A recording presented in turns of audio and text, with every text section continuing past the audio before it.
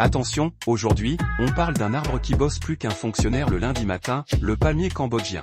Commençons par le côté sucré, avec sa sève, on fait du sucre, du sirop, du vinaigre, et même du vin. Oui, du vin de palme. Le palmier, c'est le vigneron tropical. Pour le côté fruité, de ses fruits, on tire de l'huile, des snacks, et des crèmes de beauté. Bref, il nourrit, et il hydrate. Pour le côté bricoleur, et quand il n'a plus de jus, on le recycle. Bois, toit, panier. Il sert à tout, même à impressionner la belle famille.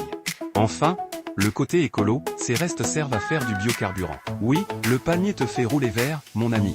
Bref, du sucre au carburant, du vin à la déco. Le palmier cambodgien, c'est pas un arbre, c'est une start-up à lui tout seul. Tout comme moi, je suis sûr que vous êtes plus intéressé par le vin de palme. Je vous fais un résumé. Le vin de palme frais, c'est-à-dire juste après la collection de la sève, a un goût doux, léger, légèrement pétillant, proche de l'eau de coco, avec des notes florales. Avec 0 à 2% de degré d'alcool, il s'accorde bien avec le chèvre frais, la salade niçoise ou la tarte aux fruits. Le vin de palme partiellement fermenté, 12 à 48 heures, a une douceur équilibrée, acidité légère, un peu levurée, très rafraîchissant. Avec 3 à 6% de degré d'alcool, il s'accorde bien avec le poulet rôti aux herbes, les huîtres fraîches ou la ratatouille.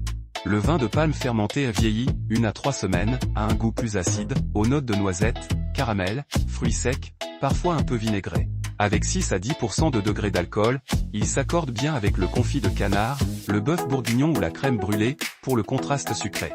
Le vin de palme n'est pas courant en France. Si vous pouvez en trouver chez certaines épiceries asiatiques, surtout à Paris, n'hésitez pas à essayer. Ça en vaut le palais.